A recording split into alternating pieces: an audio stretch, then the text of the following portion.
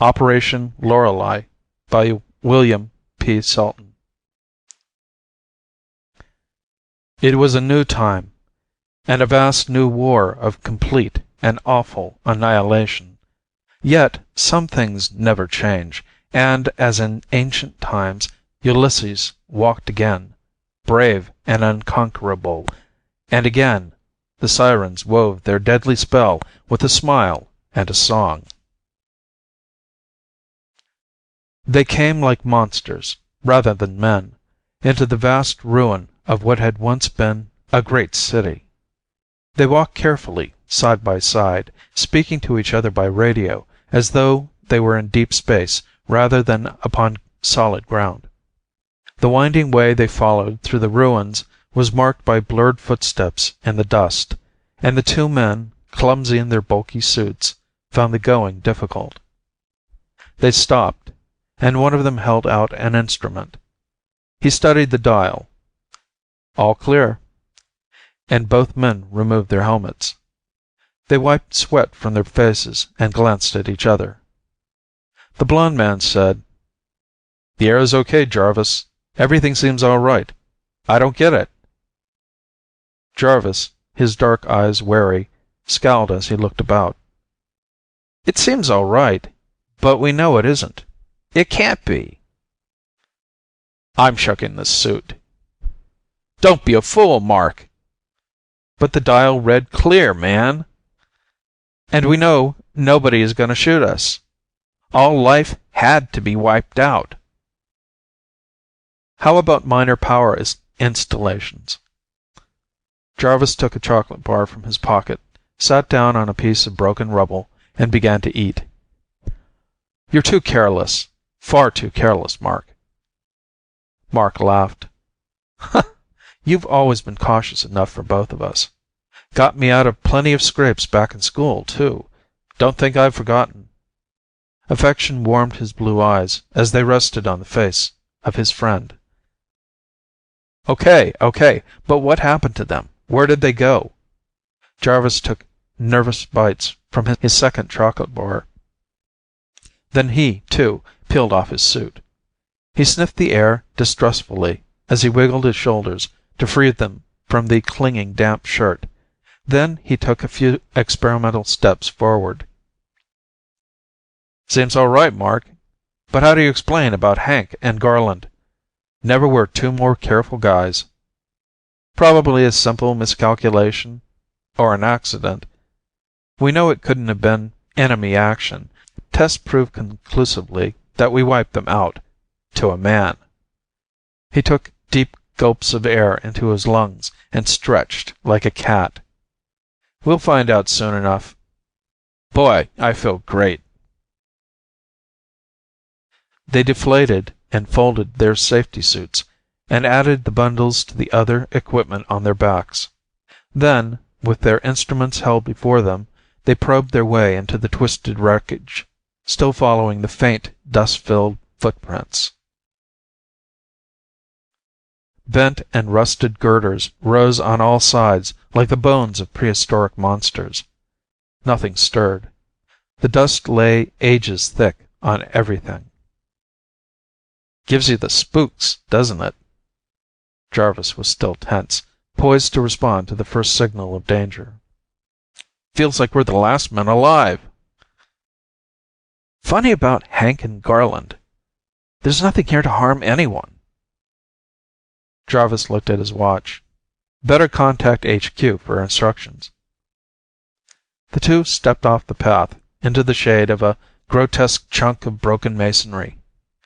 Mark set up the radio and twirled the dials. "Team 4, calling HQ. Team 4, reporting." "HQ here." The voice from the radio blared loud in the stillness. "Give your report. Team 4.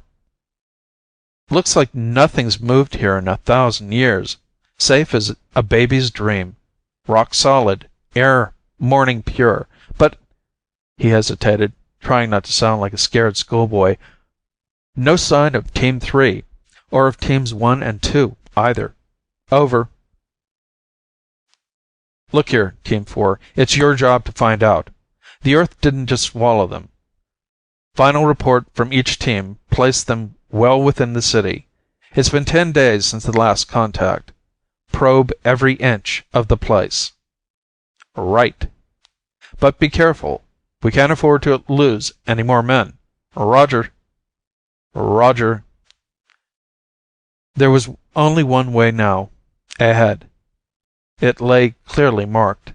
The dim footsteps never strayed or faltered. 3 hours of search revealed no pitfalls, no dangers, and no trace of the missing men. Then night was upon them, and they bedded down gratefully. Strange, isn't it? The war over, the invaders blasted from the earth, all peril gone, and yet men disappear. Jarvis stared at the ruins around them. I can't take much more, Mark. 12 years of war is enough. Are we never to have a life? Have our home and women back? And peace? Sure, it's been tough, but think of the women and children isolated on that sub-satellite. It's tougher for them, just waiting. Stretched on his back, Mark stared at the cloudless evening sky. But pretty soon we'll get this planet cleaned up and bring them in. Christ, 4 years without even seeing a woman. I remember the last time. Okay, Jarvis interrupted impatiently. Let's get to sleep. Sure, pal. Good night. They fell asleep to dream of green hills, corn ripening, apples roasting over an open fire, peace and home and girls, their firm legs flashing in the sun. Soldier-like, Mark was suddenly awake. He lay without motion, sensitive to some subtle change in the surroundings. From the corner of his eye he could see Jarvis wrapped in sleep. The silence seemed eternal. Then, whisper soft, came a murmur, a sound, a voice. A girl's voice, sighing and singing from deep in that devastated spot. A woman. Instantly, Mark was on his feet. No need to wake Jarvis. Plenty of time for Jarvis to find out afterwards. But not yet. A miracle that a girl had survived in all that wreckage. But a miracle he wanted to save her alone. Ahead, the path turned, and Mark followed it as he went forward again.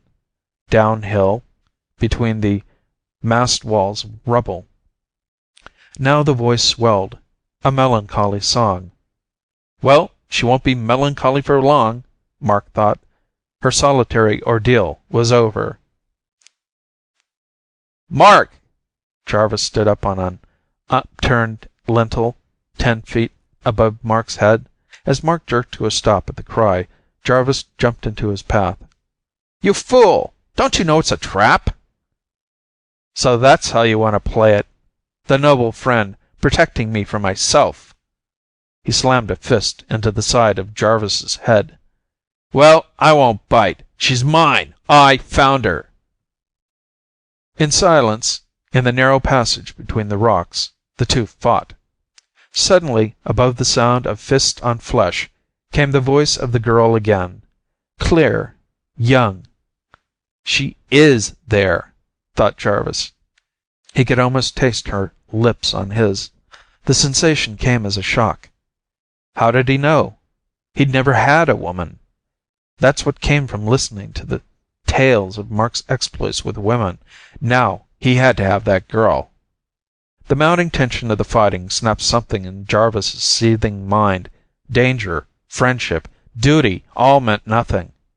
Only one thing mattered. The girl. Mark had had more than his share of girls. He, Jarvis, was the one who should have her. He'd been deprived of his manhood long enough.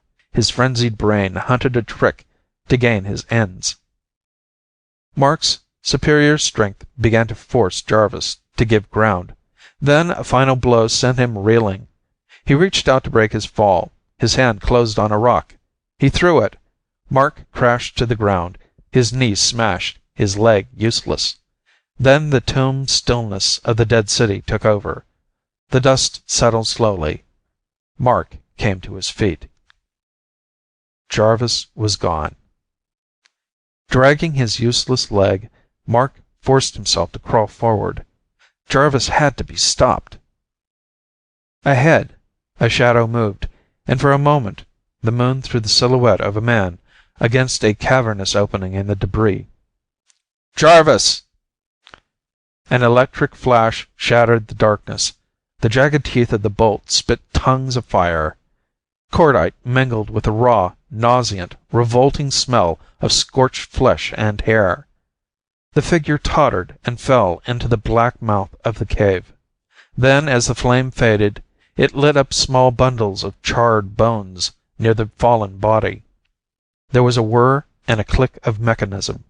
15 feet away, Mark watched as the arm of a phonograph rose, moved slowly back to the starting point. Then the record began once more to grind out its death trap melody.